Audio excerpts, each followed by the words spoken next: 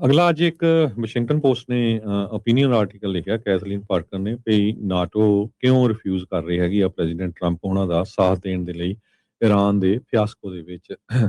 ਤੇ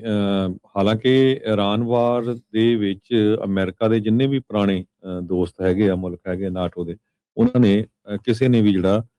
ਹਿੱਸਾ ਨਹੀਂ ਲਿਆ ਹੈਗਾ। ਟਰੰਪ ਹੁਣੀ ਵਾਰ-ਵਾਰ ਜਿਹੜੇ ਆ ਥ੍ਰੈਟ ਕਰਦੇ ਰਹਿੰਦੇ ਆ ਨਾਟੋ ਅਲਾਇੰਸ ਨੂੰ ਤੇ ਉਹ ਹੁਣ ਸੋਚਦੇ ਆ ਵੀ ਇੱਕ ਤਰ੍ਹਾਂ ਦੇ ਨਾਲ ਜੋਕ ਬਣ ਗਿਆ ਹੈਗਾ ਆ।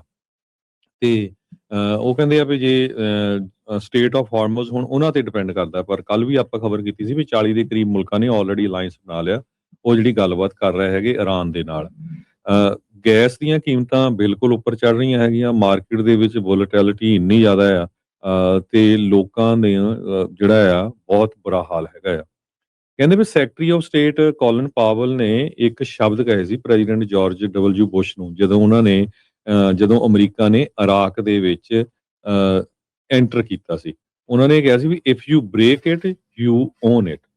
ਸਦਾਮ ਹੁਸੈਨ ਦੇ ਕੋਲ ਕਿਸੇ ਤਰ੍ਹਾਂ ਦਾ mass of weapon of mass destruction ਨਹੀਂ ਸੀਗਾ। ਤੇ ਉਹ ਹੀ ਕਹਿ ਕੇ ਵਾਰ ਆਫ ਟੈਰਰ ਜਿਹੜਾ ਆ ਉਹਦੇ ਤੇ ਅਟੈਕ ਕੀਤਾ ਗਿਆ ਸੀਗਾ। ਉਹਦੇ ਤੇ ਆਪਾਂ ਦੇਖਿਆ ਸ਼ੌਕ ਐਂਡ ਆਵ ਕਿਸ ਹਿਸਾਬ ਦੇ ਨਾਲ ਜਿਹੜਾ ਪ੍ਰਚਾਰ ਕੀਤਾ ਗਿਆ ਸੀ। ਹੁਣ ਜਿਹੜਾ ਐਪਿਕ ਫਰੀ ਆਪਰੇਸ਼ਨ ਚੱਲ ਰਿਹਾ ਹੈਗਾ ਫਿਊਰੀ ਜੀ ਹਾਂ ਫਿਊਰੀ ਤੇ ਉਸ ਟਾਈਮ ਦੇ ਉੱਤੇ ਕਹਿੰਦੇ ਵੀ ਇਹ ਕੋਈ ਸ਼ੱਕ ਨਹੀਂ ਹੈ ਵੀ ਸਦਾਮ ਹੁਸੈਨ ਵੀ ਇੱਕ ਡਿਕਟੇਟਰ ਸੀਗਾ ਕਰੂਅਲ ਸੀ ਤੇ ਉਦਾਂ ਹੀ ਇਰਾਨ ਦੀ ਵੀ ਇਹ ਕੋਈ ਸ਼ੱਕ ਨਹੀਂ ਹੈ ਵੀ ਇਰਾਨ ਦੇ ਜਿਹੜੇ ਮੁੱਲੇ ਹੈਗੇ ਆ ਜਾਂ ਇਰਾਨ ਦੇ ਜਿਹੜੇ ਲੀਡਰਸ ਆ ਉਹਨਾਂ ਨੇ ਹਜ਼ਾਰਾਂ ਦੀ ਗਿਣਤੀ ਵਿੱਚ ਆਪਣੇ ਮੁਲਕ ਦੇ ਜਿਹੜੇ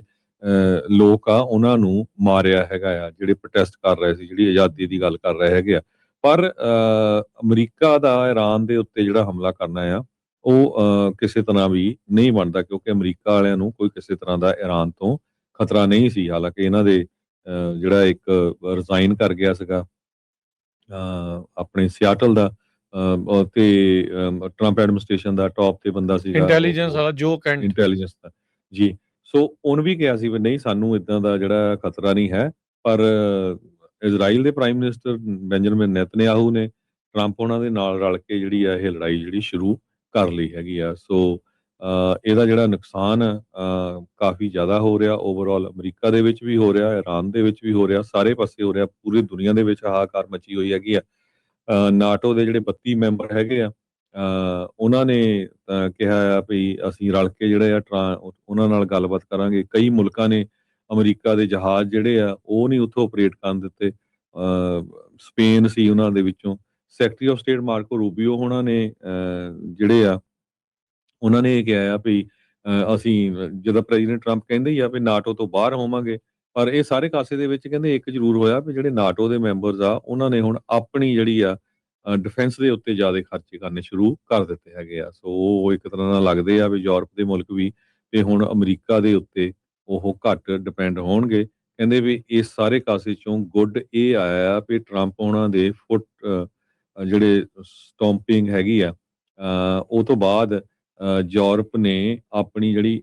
ਖੁਦ ਦੀ ਜਿਹੜੀ ਮਿਲਟਰੀ ਡਿਫੈਂਸ ਆ ਉਹਦੇ ਉੱਤੇ ਕਾਫੀ ਜਿਹੜੇ ਪੈਸੇ ਆ ਉਹ ਖਰਚਣੇ ਸ਼ੁਰੂ ਕਰ ਦਿੱਤੇ ਹੈਗੇ ਆ ਸੋ ਇਹ ਹੁਣ ਸਾਰੇ ਕਾਸੇ ਚੋਂ ਨਿਕਲਦਾ ਕੀ ਆ ਪ੍ਰੈਜ਼ੀਡੈਂਟ ਟਰੰਪ ਉਹਨਾਂ ਨੇ ਤਾਂ ਉਦੋਂ ਜਿੱਦਣ ਐਡਰੈਸ ਕੀਤਾ ਸੀ ਕਹਿੰਦੇ ਸੀ 2 ਵੀਕ ਚੱਲ ਜਾਣੇ ਆ ਪਰ ਜਿਸ ਹਿਸਾਬ ਦੇ ਨਾਲ ਆ ਸਾਰਾ ਕੁਝ ਵਾਪਰਿਆ ਅੱਜ ਇੱਕ ਫਾਈਟਰ ਜੈਟ ਡਿੱਗਿਆ ਹੈਗਾ ਸੋ ਕੀ ਰਿਸਪੌਂਸ ਆਉਂਦਾ ਉਹ ਆਪਾਂ ਨੂੰ ਥੋੜੇ ਸਮੇਂ ਦੇ ਵਿੱਚ ਪਤਾ ਚੱਲੂਗਾ ਜੀ